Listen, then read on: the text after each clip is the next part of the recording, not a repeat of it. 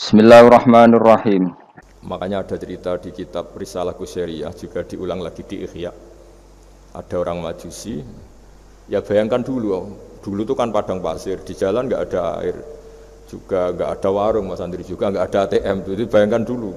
Jadi cerita ini harus dibayangkan dulu. Kalau sekarang kan nggak kebayang ada orang kelaparan di perjalanan. Makanya dulu tuh hukumnya ekstrim. Siapa yang iman billah wal yaumil akhir harus memuliakan tamunya. Dulu itu ukuran memuliakan tamu itu nomor satu ya dikasih makan. Sehingga kalau ada tamu dari jauh, Nabi itu kalau nggak bisa ngasih makan dilelang. Siapa sahabatku yang bisa ngasih makan? Karena orang itu sekali mertamu ya memang kelaparan betul. Perjalanan 2 hari nggak ada warung, nggak ada ATM, nggak bisa mampir ke kantor cabang minta fasilitas kan nggak bisa. Kalau pejabat kan bisa dari Jakarta mampir Semarang, Semarang mampir Kragen bisa. Singkat cerita dilelang sama dia. Siapa yang bisa? Masyhur kan cerita itu, ada orang yang sebetulnya miskin, saya ya Rasulullah, ternyata yang dikasihkan itu makanan jatah apa? Anaknya, kan masyhur cerita itu. Terus kata dia pulang, terus lampunya pura-pura dimatikan, terus anaknya disuruh menidurkan, terus dia pura-pura nemani makan, padahal hakikatnya yang makan itu hanya tamunya. Saat itu juga Allah menurunkan wahyu kepada Rasulullah SAW. Allah memuji perilaku sahabat ini karena bisa ngasih makan tamu. Jadi dulu itu yang namanya tamu itu kalau nggak dihormati taruhannya nggak iman, karena nasibnya sampai seperti ini karena dulu seperti itu. Nah kembali lagi ke cerita tadi. Tamu apa makanan atau tamu atau apa sajalah itu servis sosial ini nomor satu. Kalau enggak, seorang lagi ya, kalau enggak itu ya orang terus nggak simpati.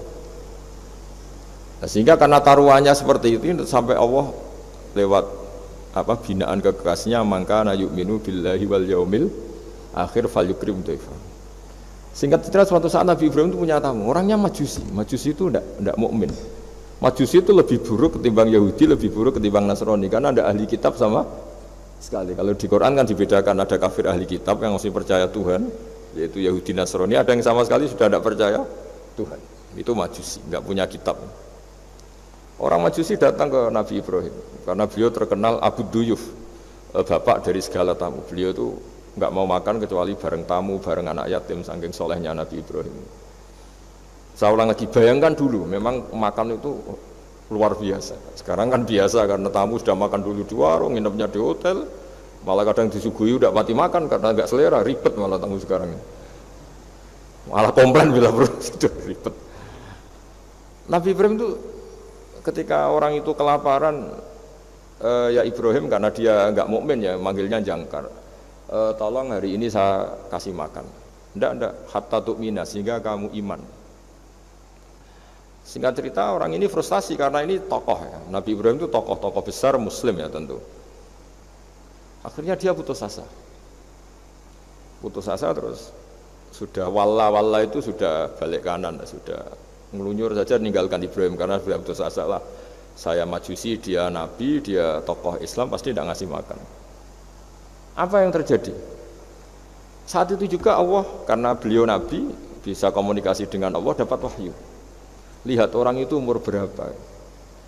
70 kira-kira gitu atau 60. Kata Allah, orang itu baru ini loh kelaparan katanya. Dan baru ini juga minta kamu kan? Iya. Dan kemarin-kemarin tidak pernah kelaparan ya, baru ini ya. Terus kata Allah, saya yang Tuhan saja ngasih makan dia padahal tidak iman sama saya. 60 tahun. Kamu diminta untuk 1 hari saja kok mensyaratkan apa? Iman. Udah panggil saja supaya makan di kamu. Salah saya dipanggil akhirnya sama Nabi Ibrahim, dikejar. Udah, ayo makan ke saya gitu. Ya gimana? Udah, tidak usah syarat iman, pokoknya makan saja guys. Nah, sudah si makan sama Nabi Ibrahim di servis, tanya orang itu, kok kamu mendadak baik tadi sini situ? Itu ya, ditegur Allah, saya salah katanya. Loh, Allah yang Tuhan itu, menurut kamu Tuhan itu betul negur kamu? Iya. Dia nangis-nangisnya. Ternyata Tuhanmu itu Tuhan betul ya. Saya yang Majusi aja diperhatikan katanya. Bahkan menyalahkan kekasihnya kamu katanya. Udah saya mau iman saja katanya gitu kan. Itu ya barokahnya servis tadi. Nah sekarang misalnya kita bertarung di dunia yang bebas ini, Misalnya nyuwun sewu, yang ngasih makan ini nyuwun sewu orang tidak baik, yang orang baik tidak ngasih. Pasti utang jasanya orang ini sama yang enggak baik. Karena kenanya sama orang baik itu tidak baik. Nah ini yang dimaksud walaupun tafadzun khalidul qalbi lan faddu min khalid. Kalau orang mengelola Islam dengan cara yang kurang baik, maka akan melahirkan orang lari. Ya, karena tadi al insan abdul es. Jadi cerita yang ringan-ringan di sekeliling kita juga seperti itu. Bapak-bapak itu ngopi di rumah itu ya rasanya kopi sama. Itu gara-gara tidak nyaman ya cara bujone es marah kan gitu cara nyugoi. Di warung senyum. Akhirnya milih di warung. Karena di warung dapat senyum, di rumah dapat ya sudah. Jadi semua proses sosial itu seperti itu. Nah mau saya di sini bayangkan itu anak kita gitu. Kenangannya dengan kita, dengan bapaknya, dengan ibunya ini kurang baik. Kenangannya di luar baik, sehingga anak kita cenderung tidak ngidolakan kita, meninggalkan kita. Jadi menurut saya belajar akhlak paling pokok adalah kaitannya dengan kepentingan anak-anak kita. Saya bukan niat sombong ya, saya itu alhamdulillah sampai sekarang itu masih sering mandikan anak saya, jalan-jalan sama anak saya. Hak-haknya, bahkan saya ini punya ajaran yang agak unik. Tapi istri saya sudah menerima, dulu ya sempat janggal-janggal untuk iskal, ini sekarang sudah menerima. Saya punya anak yang biasa ikut adik saya, adik Fuad itu masih kelas 2 SD. Mulai kelas 1 SD, mulai kelas 2 saya bilang, kalau kamu ingin jajan, bapak pas tidur bangunkan. Padahal anak saya itu punya santri, punya banyak yang bantu lah. Dulu istri saya protes, itu kan melatih anak nggak sopan karena bangunkan orang tua. Enggak, kata saya, sopan itu nomor 2, nomor 1 itu hukum. Terus saya beri penjelasan. Yang paling berhak atau yang paling boleh dingel-ngelno anak itu ya diganggu anak. Itu ya orang tuanya. Masa anak mau jajan yang harus ribet pembantu, mana anak mau jajan yang harus ribet orang. Yang paling boleh diganggu oleh anaknya ya orang tuanya. Itu hukum kata saya. Akhlak nomor 2. Sehingga barokahnya hukum itu, saya ulang lagi, barokahnya hukum itu, kalau anak ini terpaksa pembantu itu pas lalai, kita tidak nyalahkan, kan kewajibannya di kita. Akhirnya kita menjadi tahu, baru istri menjadi tahu, yang paling berhak diganggu anak ya orang tuanya. Itu hukum. Nah akhlak itu baru nomor 2, ganggu itu ya dikira-kira lah pas bangun atau pas rileks. Tapi itu nomor 2, itu namanya moral. Moral itu sunat. Tapi kalau hukum itu nomor 1. Sehingga akhirnya orang tua, anak ini senang. Betapa baiknya orang tua kita, pas tidur saja dibangunin mau demi kepentingan dia. Akhirnya anak ini punya kenangan baik sama orang tua. Pas tidur saja bapak diajak mau. Apalagi pas happy. Nah karena kenangannya baik, ya idolanya orang tuanya. Ketika idolanya orang tuanya dan kita orang baik, mau ngajak sholat ya gampang, mau ngajak ngaji ya. Bayangkan kalau kenangannya dia dimintai uang nggak boleh, bentak, salah jam kayak atau salah jadwal atau apa, salah momentum, masa anak kecil diwalate salah pakai momentum pakai apa ini. Nah, ketika kita ngangkon belajar sudah susah karena kenangannya ndak baik. Jadi kunci daripada ini, makanya saya bilang berkali-kali, oke kita belajar akhlak, belajar moral, tapi nomor 1 itu hukum. Saya ulang lagi hukum. Karena agama ini ciri khasnya itu hukum. Hukum itu ketentuan. Jadi aturan Islam itu detail. Misalnya saya belum haji, ya sudah, sebagian harta saya jatah untuk haji itu sudah tidak milik saya, harus dianggap miliknya haji. Sehingga kalau saya meninggal setiap saat, yang boleh diwaris oleh anak cucu saya hanya yang melebihi dari biaya haji. Makanya di Indonesia disebut gaji amanat. Gaji amanat itu orang yang sebetulnya sudah mampu haji tapi tidak kober haji. Itu kalau sudah meninggal harus ada jatah haji yang dianggarkan untuk haji apa? Amanat. Baru sisanya boleh diwaris. Karena ini hukum. Lah nanti di akhirat juga Allah pakai hukum. Kalau ada anak nggak sholat, yang pertama disalahkan orang tuanya. Kenapa ini tidak sholat? Semua kesalahan anak-anak kita adalah dibebankan ke kita.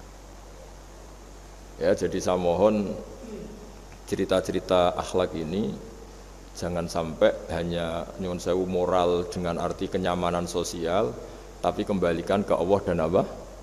Rasul. Sehingga ini yang terakhir saya cerita hadis yang populer sekali. Ada 3 hadis yang populer dan ini sampean semua pasti hafal. Maka na yu'minu billahi wal yaumil akhir fal yukrim jarahu.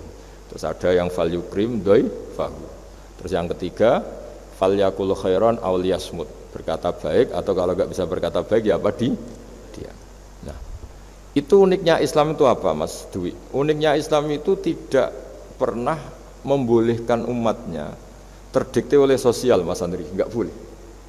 Tapi hanya terdikte oleh ketentuan Allah dan Rasul. Jadi Allah cara ngendikan, kalau kamu iman kepada Allah dan Rasul, iman kepada Allah artinya apa? Allah memerintahkan kita berbuat baik sama tetangga, sama tamu. Maka lakukan itu. Sekali tidak demi Allah dan Rasul, berarti Anda didikte oleh hukum sosial. Kalau tetangga baik ya kita baik, kalau dia buruk ya kita ikut buruk. Itu artinya apa? Kita tidak didikte oleh hukum Allah dan Rasul, tapi didikte oleh hukum apa? Sosial. Islam itu agama yang hubungannya manusia itu dengan Allah, bukan dengan sosial. Jika ketika baik sama tetangga pun itu karena perintah Allah. Sehingga kalau suatu saat kecewa tetangga kita itu kurang ajar misalnya, ya kita tetap nyaman saja karena kita baik itu atas perintah Allah. Makanya masyhur di kalangan ahli hadis ada dawuh Nabi, la takunu imma'atan. Taquluna in ahsanan nas ahsanna wa in dzalamuna dzalamna. Kamu jangan jadi orang yang didikte sosial, kalau orang baik kamu baik, kalau orang buruk kamu ikut buruk. Itu namanya orang yang enggak punya prinsip. Tapi walakin wattinu anfusakum, kata Rasulullah. Kuatkan prinsip kamu, jika manusia baik kamu akan baik, dan manusia ketika buruk kamu pun tetap ingin baik. Nah, dengan demikian itu berarti kebaikan kamu itu atas perintahnya Allah dan Rasul, bukan atas nama sosial. Sehingga misalnya ada orang birrul walidain, ibunya bawaannya cerewet, mbahnya cerewet, ya tetap baik. Tapi kalau kamu didikte sosial, sekali ibu kamu bawel, malas lah ketemu ibu bawel. Nah, ini berarti kamu belum didikte Allah dan Rasul, tapi didikte itu hukum apa? Sosial. Sehingga untuk menutup mauidhah ini, saya sering cerita di mana-mana di kitab Ihya itu ada cerita ada seorang pemuda yang kurang ajar sekali itu. Ada kiai dipanggil, Pak Yai silahkan ke rumah saya. Ya kira-kira cara sekarang mungkin 500 meter datang. Setelah sampai depan rumahnya, sudah Pak Yai saya tidak punya kebutuhan sama kamu. Itu kiainya senyum, rileks. Setelah sampai rumahnya dipanggil lagi, Pak Yai mohon ke rumah saya. Terus kiainya ke situ lagi asik kan. Terus setelah sampai rumahnya pemuda tadi, sudah pulang aja saya tidak butuh kamu. Sampai 3 kali. Dan kiainya tuh asik, ceria gitu. Pemuda itu kagetnya bukan main. Kenapa Pak Kiai tidak tersinggung? Malah senyum-senyum. Jong kata orang Jawa ini. Ini cerita di Ihya. Saya tuh senang sekali nuruti perintah Allah. Allah menghentikan, saya disuruh hormat tetangga. Lah kamu tetangga saya. Dan saya alhamdulillah bisa nuruti karep kamu. Disuruh ke kamu, saya ke kamu. Dan sekarang karep kamu saya pulang, ya saya pulang. Syukur sekali hari ini saya bisa nuruti perintah Allah sampai 3 kali. Nangis pemuda itu. Loh kalau kamu kan tampar, ini kan pelecehan. Itu kan kurang ajar betul kiai digambar. Tapi wali-wali itu enggak berpikirannya tidak seperti itu. Kalau kamu tidak wali ya memang aneh pikiran itu, tapi yang benar ya itu. Nah, jadi lewat ngaji ini saya mohon semua teman-teman yang di BI maupun seluruh kita, akhlak itu nomor 1. Dengan makna tapi setelah kepastian hukum, setelah kepastian hukum. Jadi misalnya senyum itu sunat karena kita merayu mitra bisnis untuk bisnis yang halal. Tapi kalau bisnis kita bodong, ya semua orang ingin nipu kan ya pasti senyum lah. Berarti yang pahalanya besar ya orang-orang penipu karena senyumnya lebih sering timbang yang enggak nipu. Jadi artinya akhlak itu menemukan momentum sebagai ibadah setelah ada kepastian hukum halalnya. Tapi kalau nggak ada kepastian hukum halalnya, ya ini senyum itu dievaluasi tadi. Misalnya orang ngerayu juga harus senyum, orang nipu juga harus senyum. Ini yang mungkin banyak diabaikan. Saya kira demikian dan mohon maaf karena sebetulnya kalau andaikan tadi jalannya normal mungkin saya nggak terlambat. Itu kan banyak lubang-lubang karena itu biasanya kan karena hujan itu. Tapi ya saya suka tetap terlambat biar keren pernah nunggu kiai. Jadi kalau dalam teori agama itu sama kok. Sholat, Nabi itu pernah sholat isya itu setengah tiga dini hari. Sahabat biasanya kan beliau suka awal waktu. Terus ketika sahabat tanya kata Nabi, malam ini spesial karena kamu lama sekali nunggu apa? Sholat. Enggak semua orang loh, malam ini bisa menunggu apa? Sholat. Jadi artinya apa bawaannya itu nunggu kebaikan. Jadi di antara trik atau resep husnul khotimah.